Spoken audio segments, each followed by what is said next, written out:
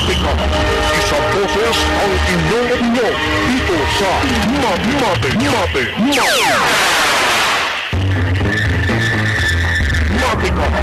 Isang boses ang inyong opinyon dito sa Matematika. At syempre, gaya po ng dati, ako pa rin po ang inyong lingkod, Sal De Leon, na nag-imbita po sa inyo na sana'y samahan niyo ako at ng aking katuwang sa gabi ito sa loob lamang po ng isang oras, alas 6 hanggang alas 7. Dito lamang po sa himpilang DZRJ 810 kHz sa inyong mga talapitan. Ito po ang Radyo Bandido. At syempre ang ating resource person o katuwang palagian dito sa ating programang Exit Superhighway from Poverty. Walang iba kung hindi ang spokesperson ng American for a Better Philippines. Walang iba kung hindi si Engineer Arthur B. Uy. Engineer Art, magandang gabi sa'yo. Good evening, Sally. Good evening, Jim. Thanks for having me. And of course, good evening, everybody. And special good evening to Bong. Yes, at syempre, para mas lalong maging masaya ang ating programa natin ngayong gabi, sasamahan tayo ng ating sales ng DZRJ o ng Radyo Broadcasting Network. Walang iba kung hindi si Sir Bong Banyas. Sir Bong, magandang gabi sa iyo at syempre, thank you sa pagsama mo sa amin. Maraming salamat sa pag-anyaya mo sa akin dito. All the time! At sana yung mga tao na nakikinig at later on, makikita sa YouTube, ha? Yan. At hindi naman sa dahil ako'y nagsusumiksik dito, pare. Ang akin lang yung mga nariyan at nakapwesto, hinahinay lang po dahil pag kinuha tayo ng ating creator, walang magagawa po yung nakakaltas nyo sa bawat negosyante maliliit. Ayan, sa umpisa pa lang may patama na, At yan ay first-hand experience yata. Sir mo, first-hand information. Ang lupit, pare, ha? Yan. Ang bargaining dito, hindi parang makakatulong sa'yo. Okay. Pipilayan ka in the first hand, pare. Okay. At syempre, inulit po, katuwang po natin dito si Engineer Arthur B. Uy, ang spokesperson po ng Americans for a Better Philippines. At syempre, kapiling natin sa partikular na araw nito, si Sir Bong Banyas. At syempre, ang tipong pag-uusapan ngayon ay nagtataka lamang po tayo, dahil sa kabila ng maraming mga pangyayari at maraming mga reforma at mga pagbabago na sinasabi ng ating mga politiko at ating mga leader, ay nais lang natin itanong dito sa ating resource person kay Engineer Art kung bakit sa kabila ng mga ginagawang ito ay tila kulang pa, So, ibig sabihin nito, Engineer, yung tatanong ko sa iyo ay sa tingin mo, ano ba yung kakulangan o ano ba yung kawalan ng mga Pilipino dito sa Pilipinas, kung bakit sa kabila ng mga patuloy na pagbabago na i-introduce ng iba't ibang leader natin ay nananatili ang kahirapan dito sa ating bansa. Engineer. Ang obserbahan namin na wala dito yung philosophy ng pursuit of happiness.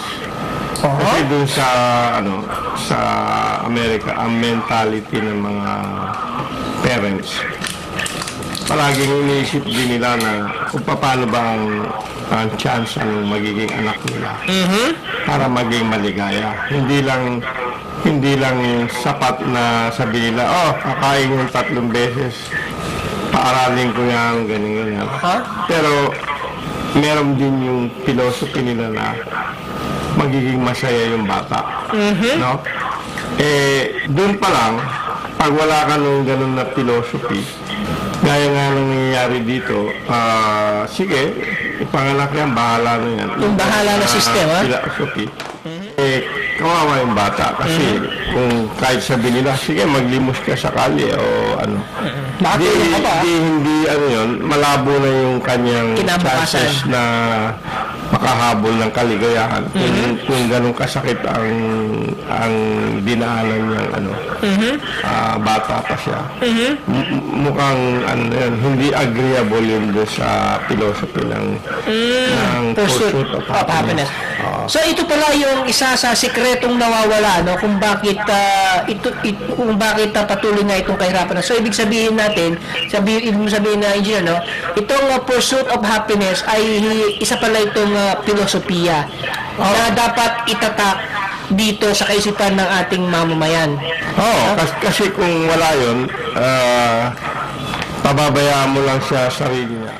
Actually, ang pursuit of happiness, maski na kompleto ka sa lahat ng di ba, ng mga Material things. Elusive pa rin yun kung hindi meron magagandang guidance sa'yo. Philosophy, ganun lahat. Di ba, ang daming mga mayayaman kung minsan nag-suicide pa sila. Kakaproblema ba na? Dahil meron silang depression or dahil sa hindi sila nag-guide sa maging kontento kung ano yung hindi mo makuha, pero ambitious para makuha yung mas marami. So sa tingin nyo, Engineer, paano natin maisisiksik sa kaisipan ng bawat mamamayang Pilipino, na dapat ay magkaroon sila ng kaisipan para sa kinabukasan. Yung kinabukasan na yon ay yung kasiyahan, kaligayahan, kasaganahan ng mga anak nila, ng mga bata, di ba? Sa kinabukasan. Ang kailangan doon, nag-aambag lahat yan. Ang Kamara, i-enforce nila yung child endangerment. Tapos ang mga simbahan naman, i-allow na nila yung mga ibang hindi family nila planning ina-allow. Para yung mga magulang mismo, sila na ang naka-decide kung ano ang chance ng bata na maging masaya. Sana hindi na sila nahadlangan ng mga bawal na mga utos ng simbahan. Tapos yun din mismo mga media tsaka ine-emphasize nila yung importansya ng pursuit of happiness sa kanilang paggawa ng mga nobela, mga poetry, tsaka yung mga... Sa kanilang mga talk shows, di ba? Oo.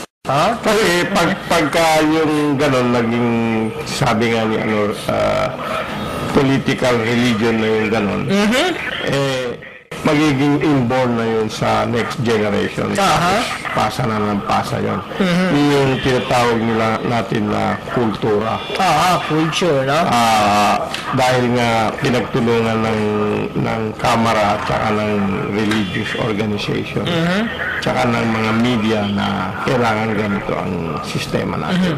Kaya tingin ko, siguro kung sa media panawagan, ito sinisimulan na natin dito sa ating programa yan, Engineer, no? So dapat talaga ay magkaroon ng mas maraming grupo ng mga media men, na isinisiksik sa kaisipan ng mamamayan na dapat pahalagahan ng bawat Pilipino ang kasiyahan sa kinabukasan, di ba? Pero yung pagkasabi ko ng media, ibig sabihin, yung lumalabas sa media, pero kasama na doon yung mga writers, mga poet, mga script writers, gano'n. Lahat sa pelikula. Lalabas sa media yung kanilang ginawang trabaho. Okay, So, ibig sabihin ito ay parang everybody's concerned pa rin, parang ganun pa rin. Sa bagay, mukhang sa lahat naman ng advokasya o mga solusyon o mga mungkahing solusyon na binabanggit ng Americans for a Better Philippines ay mukhang kailangan talaga ng maramihang partisipasyon ng mamamayan. Especially sa aking analysis, Kasal, DOH and sana magsama-sama DOH, yung ating mga Catholic Church, planuhin kung anong nararapat for the next generation. Nakikita na natin yung suffering Pag meron tayong mga sakuna na mas matitindi, wala kaagad na kaagapay. Honestly, hindi lahat iaasa sa Red Cross. Dapat tulong-tulong tayo. Mga private sector dyan na kung kaya niyong tumulong na lang kayo. Huwag na kayo magsalita kung ano man. Dahil alam natin ako sa edad ko ang binabantayan ng karamihan dyan, lalo na pag mga alam niya na hindi nila type yung mga naghahawak ng isang institusyon sa ating gobyerno, pupunahin niyo yung mali. Hindi na pupuna yung tamang ginawa. Tama. Diba? Sa akin lang, gumising na tayo. Tama na. Ayusin na natin, magtulong-tulong na tayo dahil lalo tayo nalulugmok. Tama si Sir Art na kailangan talaga doon sa lower house na kailangan